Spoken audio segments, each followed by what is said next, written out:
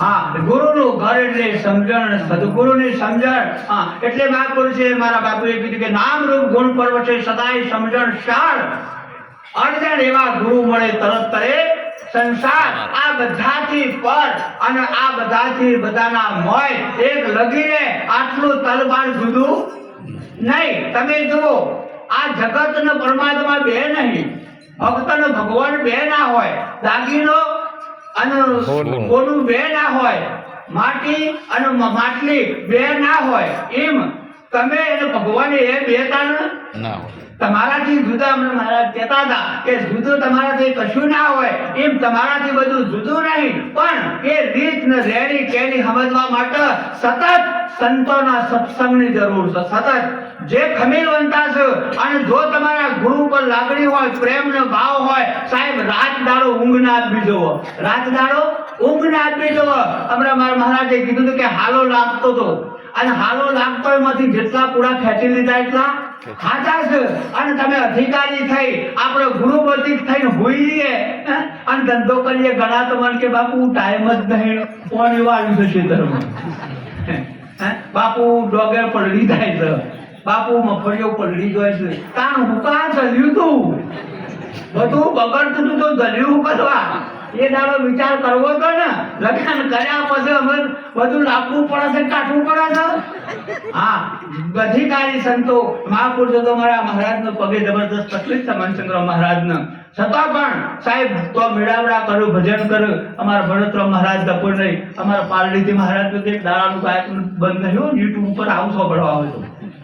હા, અને રોજ ભજન સાહેબ, સતત ભજન. આ બધા મહાપુરુષો મહેનત કરો જ છો, પણ હજુ મારી ભાવના અને મારી વિનંતી છે હાથ જોડીને સાહેબ, એક ઘડીએ જપશો ને સાચી વાત તમારા પૂર્ણ હોય તો એક સેકન્ડે જપવાની જરૂર, એક સેકન્ડ પણ નહીં જપવાનું. આવી મહેનત કરો, કંટોળ મહેનત કરો. આપણે ભરતરામ બાપુએ પણ સતત ભજનામાં જઈ અમારા પંચરામ મહારાજ સંતોની હું વાતો કરીએ બાપ, સંતોના હું ગુણે ગઈએ, જીવન હું આલીએ દઈએ બાપ, જેને જીવન ભૂમિ નાખ્યો છું.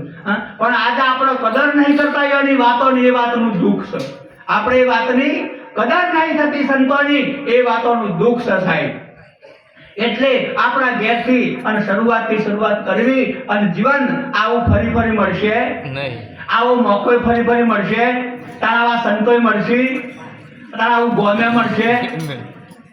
આ ગોમનું નામ હું ગોમનું નામ હું બોલો તો ખરા. જોવાના પાછળ લક્ષની વાડ થઈ ગઈ છે, લક્ષની વાડ થઈ ગઈ છે, એ પરમાત્માની ફરતા વાડ થઈ ગઈ છે. ગોવિંદરામ બાપુએ કરી, હજુરામ બાપુએ કરી, અમારા ભરતરામ મહારાજે કર્યું છે. અને એના અમારા મહારાજે સુદામ કે તો થઈ પણ સાહેબ ભક્તિ વગર રવાય ના. હા, 80 વર્ષ હશે પણ ધબ ના થાય. આવું આપણે બધાએ કરીશું, અને જો આપણામાં ફળ આવશે, જગત આ વાતને સ્વીકારશે. તમારે બીડી પીતા બીજાને બંધ કરવો હોય તો પહેલી તમારે બંધ કરવી પડશે. હે, મુઠાને તમારે પીડીએ થવાનો બંધ થયા લાખો મેળવ્યો, તે છોકરું બંધ કરે કે તો અઠા નહીં પીએ, તારે પહેલી બંધ કરવી પડે. હે, હા, બહુને શીખવાડવું તો હાહુને બંધ કરવી પડે. હા, જો ગુરુને શીખવાડવું હોય ચેલાનું તો પેલા ચેલાને બંધ કરવું પડે. એમ ઘણા મહાપુરુષો છે. અને આ તો આડું અબડું નહીં, પણ મોય બળાપો છે, સત્સંગ ના કહેવાય મને, પણ રવાતું નહીં એટલે કેવું પડે છે બાપ. એટલે બધા પ્રેમથી હળી મળી એકબીજાના ઉપર, જેમ સત્ય હોય તો સત્યમાં ઈર્ષા ના હોય, દેખી ના હોય, માનું ના હોય, તારું ના હોય, જાણું ના હોય, મોટું ના હોય, અનાજ ના હોય, જાત ના હોય, જ્ઞાની ના હોય, અજ્ઞાની ના હોય, વકુ ના હોય, ચૂંકું ના હોય, લોભું ના હોય, ટૂંકું ના હોય, કોડું ના હોય, પાતળું ના હોય, જાડું ના હોય, હકડું ના હોય, બધું એક તાર થઈ જાય. આવું આપણા સંતોની મહેનત છે. અને આપણા જોબ તો ખોડે આવતી તો સુધારજો બાપ. આટલું બોલી મારી વાણી વિરામ આલું.